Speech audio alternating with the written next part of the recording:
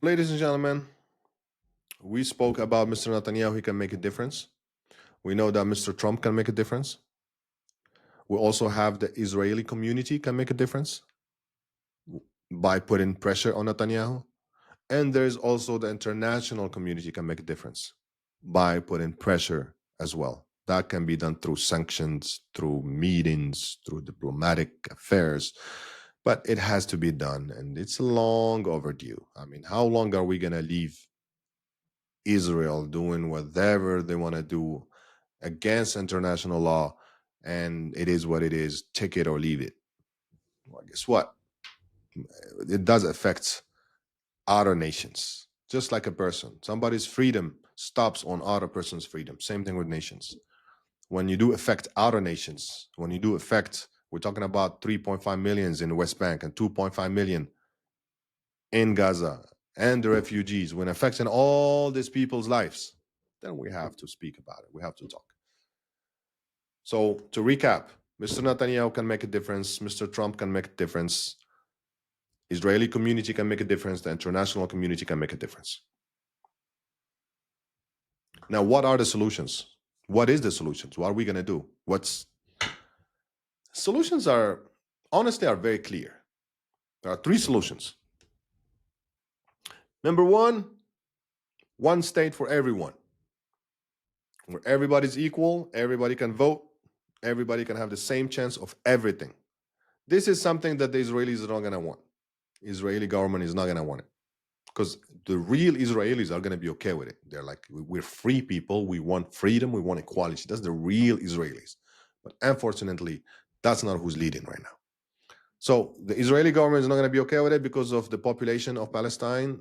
They have almost equal population, 9-9. So talking about, they don't want basically to lose the votes. I would recommend, why don't we just do 4 years, a Jew president, 4 years, Arab president, and go on. But the Israelis are not going to accept that. Option number two, we're going to go ahead and drive everybody south, concentration camp, keep him there. We've been oppressing these people since 77 years or already. So what if we add another 20, 30, 50 years to it? Keep them on the concentration camps in the south. Gaza will be unlivable. These guys are going to get tired. If they don't want to get tired and they want to stay there, let them stay there and die there. And the other 3.5 people in the West Bank, we're just going to oppress them. That's the area that they call the Swiss cheese, because you can see all those dots of the settlements, all the dots of the, now it's the dots of the Palestinians, because they're all the small dots where they live right now.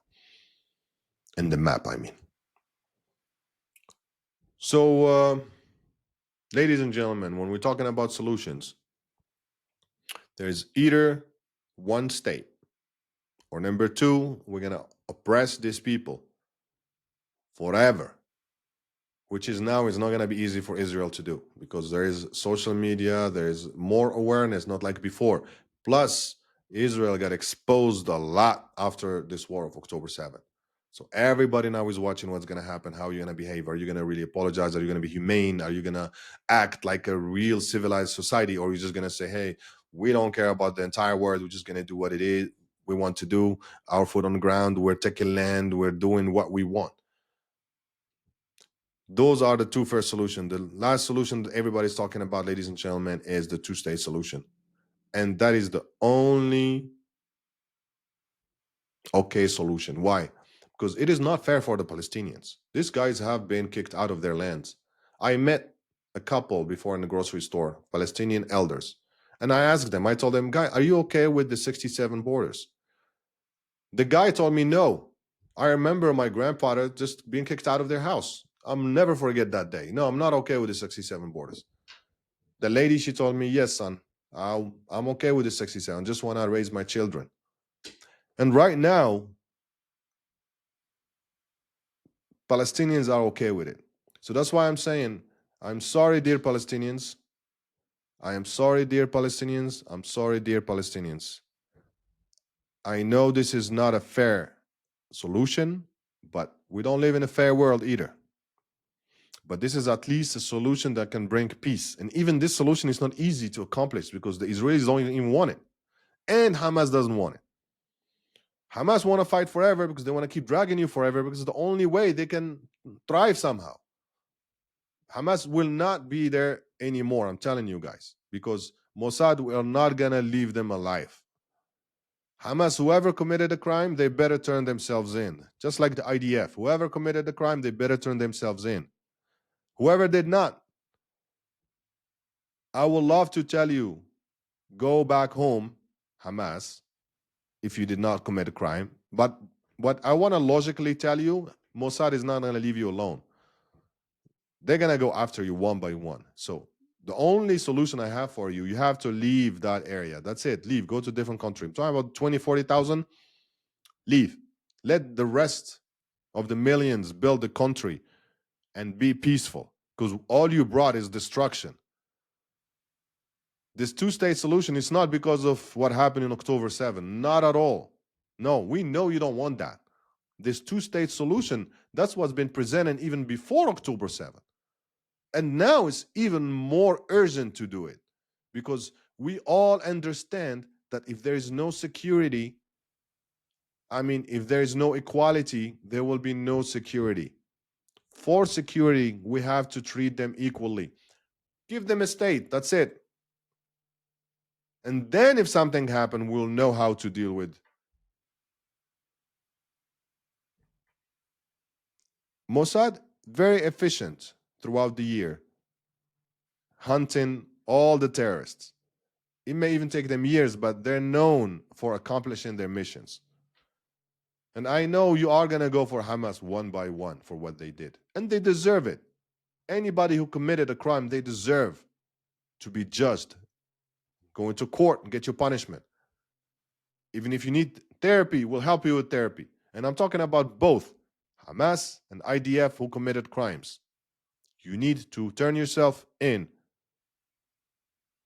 get your punishment, and get help on the same time. Because we know it's a lot going on here. We know what happened to Salah. We know what happened to David. These are the solutions that we have, ladies and gentlemen. And I hope that we can have peace in that area. I hope that the war can stop. And I hope that we all can get together. We all can say the same thing. We all can say enough. Enough is enough. Our leaders, hopefully, they will understand. Our leaders, I understand that they're making decisions for the benefit of the country. Sometimes they have certain information that we don't, and they're making their decision based on that. It's totally understood. And I respect that. For example, when a country want to go through revenge, the people are so mad and they want to get revenge, and then the government saying, no, calm down. No violence. That's not how you do it. I respect that. I respect anybody who's advocating for no violence. I honestly think it's stupid for people to fight just because they cannot get together. They cannot communicate. Why? Hey, if you don't disagree with me, I'll hurt you. What kind of mentality is this? People need to know that, hey, whatever you want for yourself, you want it for the other. If we both start from this principle, if both start from this basic, I believe we're going to have no argument. But unfortunately, many people, and unfortunately, many nations now, many governments think that they are better than the others. And this is what's going to take us to our next episode, where we're going to talk about Ukraine and Russia.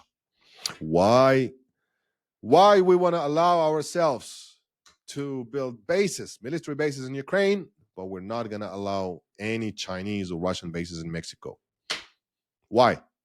We'll talk about it in the next episode. Thank you, ladies and gentlemen, for joining us, and I'm very happy to be with you today.